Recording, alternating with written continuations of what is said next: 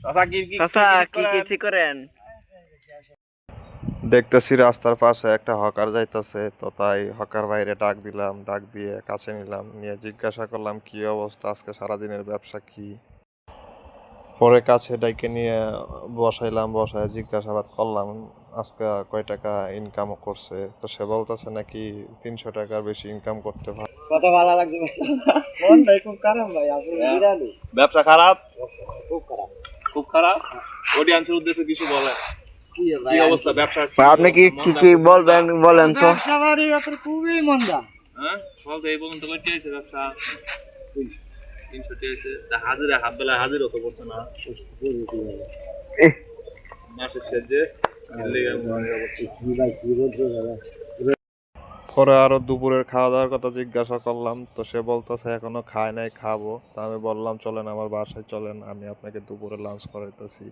আপনার তো আজকে হাজিরা পড়ে না, এই টাকা দিয়ে যদি আপনার দুপুরে লাঞ্চ করতে যান হোটেলে কমসে কম 100-150 টাকা চলে যাবে। তো এরপর আরো ফ্যামিলির কথা, অনেকের কথা জিজ্ঞাসা করলাম, তো একে একে লোকটি সব উত্তর দিয়ে দিল। পরে ভাবতেছিলাম ভিডিওটা শ্যুট করার পরে তাকে বাসায় নিয়ে কিছু খাওয়িয়ে তারপর তাকে ছেড়ে দিব।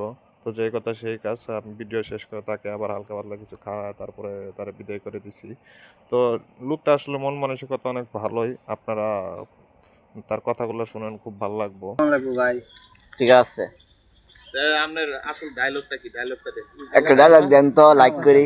উনি আসলে ওনার ডায়লগটা শোনাতে চাইতেছিল না, কিন্তু কিছুক্ষণ আগেই তো উনি শুনিয়ে শুনিয়ে আসতেছিল। যাই হোক, বলার পরে উনি মানে ভাবতেছে যে আসলে এই ডায়লগটা বলবো কিনা। পরে সবশেষে সিদ্ধান্ত নিয়ে নিল যে ডায়লগটা আমাদের শোনাবো। তো ডায়লগটা শুনেন উনি আসলে কি বয়সটা দিয়ে ব্যবসা চালায় যাইতেছেন, শুনেন আপনারা। আরে ভাই আন্ধারাই নেই না আমার আপনারা করবেন, আমরা ডাক দেন, আপনি কেমনে ডাক দেন? এই ডাকটা দেন। কিভাবে ডাক দিন তো?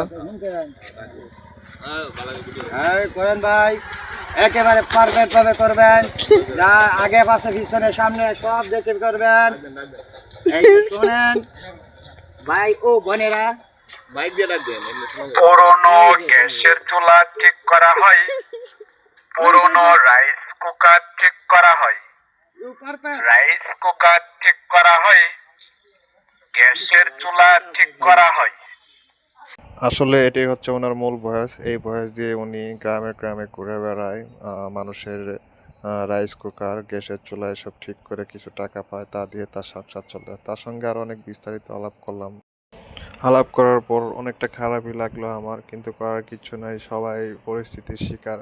পৃথিবীতে জন্ম নিয়েছে পুরুষ হিসেবে, তাকে সারা জীবন কর্ম করে খেতে হবে, হোক সেটা ছোট কিংবা বড়, কিন্তু কর্ম তো কর্ম, সম্মানের জায়গায় রাখতে হবে। তো সবাই ভাইটির জন্য দোয়া করবেন।